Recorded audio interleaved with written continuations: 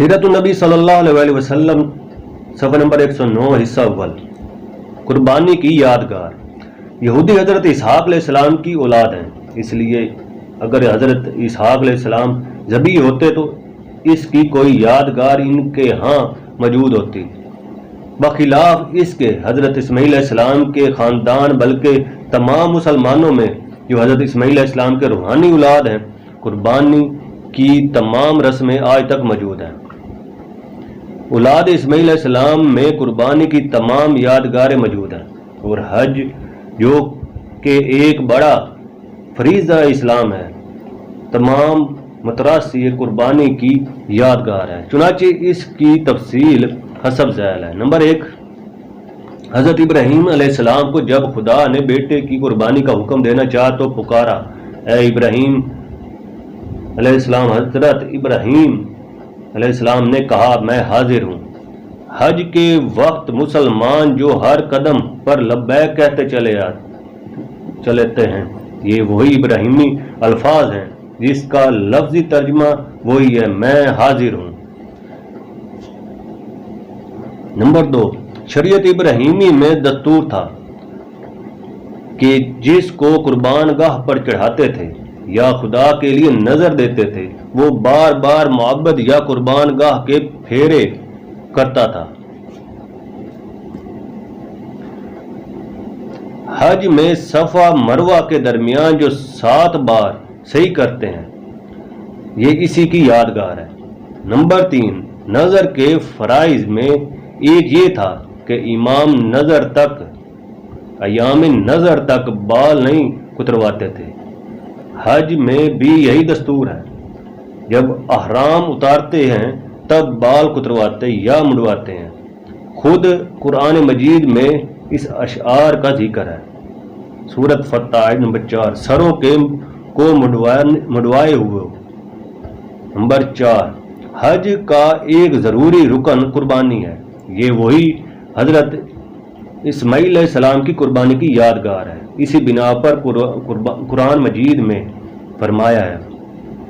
Number 1،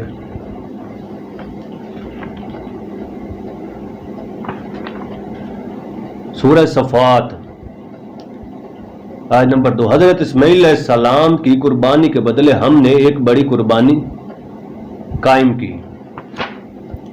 number 1، موطا امام مالک۔ Number 2، تورات تکوین اسحاء 22 آیت 1۔ نمبر 3، تورات لاوین اسحاء 8 آیت 27۔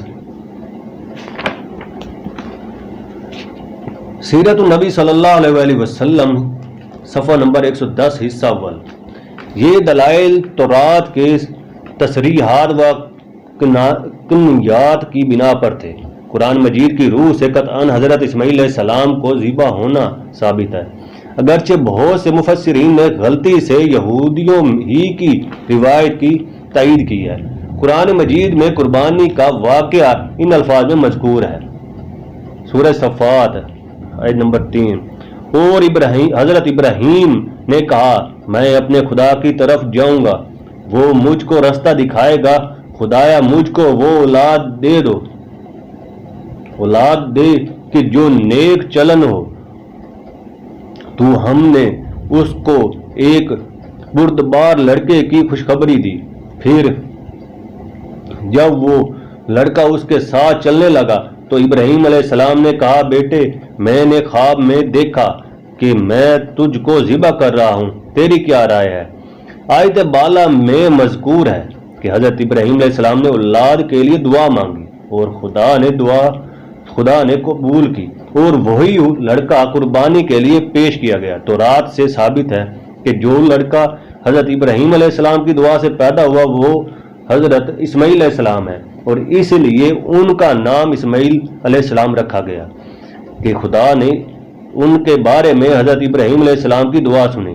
اسی بنا پر اس آیت میں جس کا ذکر ہے وہ حضرت اسماعیل علیہ السلام ہے، اسحاق نہیں۔ قربانی کے واقعہ کی تفصیل اور اختتام کے بعد حضرت اسحاق علیہ السلام کی ولادت کا ذکر ہے۔ اسی سے قطعاً ثابت ہوتا ہے کہ جس کا ذکر اوپر ہوا وہ حضرت اسحاق علیہ السلام نہیں ہے۔ بلکہ حضرت اسماعیل علیہ السلام ہے۔ مسلمانوں کا نام جو مسلم رکھا گیا یہ وہ نام ہے جو حضرت ابراہیم علیہ السلام نے ایجاد کیا تھا۔ قرآن مجید میں ہے، حج سورۃ حج آیت نمبر 10، تمہارے باپ ابراہیم کا مذہب اسی نے پہلے تمہارا نام مسلمان رکھا تھا۔ اس تسمیہ کی تاریخ قربانی سے شروع ہوتی ہے، اس تسمیہ کی تاریخ قربانی سے شروع ہوتی ہے، یعنی حضرت ابراہیم علیہ السلام نے حضرت اسماعیل علیہ السلام کو قربان کرنا چاہا اور ان سے کہا کہ مجھ کو خدا کا یہ حکم ہوا، تمہاری کیا رائے ہے؟ تو حضرت اسماعیل علیہ السلام نے نہایت استقلال کے ساتھ گردن جھکا دی کہ یہ سر حاضر ہے۔ اس موقع پر خدا نے اسلمہ کا لفظ استعمال کیا جو اسلام سے ماخوذ ہے اور اس کے معنی تسلیم اور حوالے کر دینے کے ہیں۔ فلما اسلم صفات آیت نمبر 3، پھر جب دونوں نے اپنے آپ کو ہمارے حوالے کر دیا۔ نمبر 1، ابھی گزشتہ صفحات کے حاشیہ میں گزر چکا ہے کہ بعض مفسرین نے قرب لفظ کی وجہ سے سمیع کا فاعل حضرت ابراہیم علیہ السلام کو قرار دے دیا ہے۔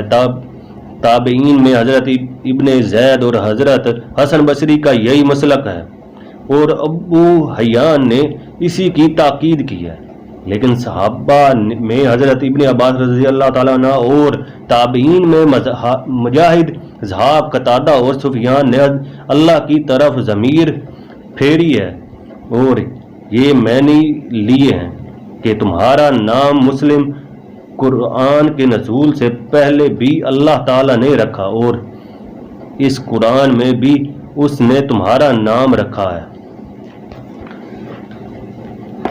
سیرت النبی صلی اللہ علیہ وسلم صفحہ نمبر 111 حصہ اول۔ حضرت ابراہیم علیہ السلام اور حضرت اسماعیل علیہ السلام کا سب سے بڑا عظیم الشان کارنامہ تسلیم رضا ہے، یعنی جب قربانی کا حکم ہوا تو باپ بیٹے دونوں نے بے عذر گردنیں جھکا دیں۔ یہ وصف قبول بارگاہ ہوا اور پھر حضرت ابراہیم علیہ السلام اور حضرت اسماعیل علیہ السلام کا یہی شعور مذہبی قرار پایا۔ اسی بنا پر حضرت ابراہیم علیہ السلام نے اپنے پیرون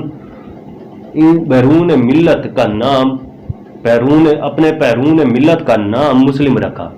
قربانی، احسار اور اسلام در حقیقت یہ سب مترادف الفاظ ہیں۔ یہ اس بات کی قطعی دلیل ہے کہ حضرت اسماعیل علیہ السلام ہی نے اپنے آپ کو قربانی کے لیے پیش کیا تھا۔ اگر اسحاق علیہ السلام قربانی ہوتے تو یہ لقب ان کی اولاد یا ان کی امت کو ملتا۔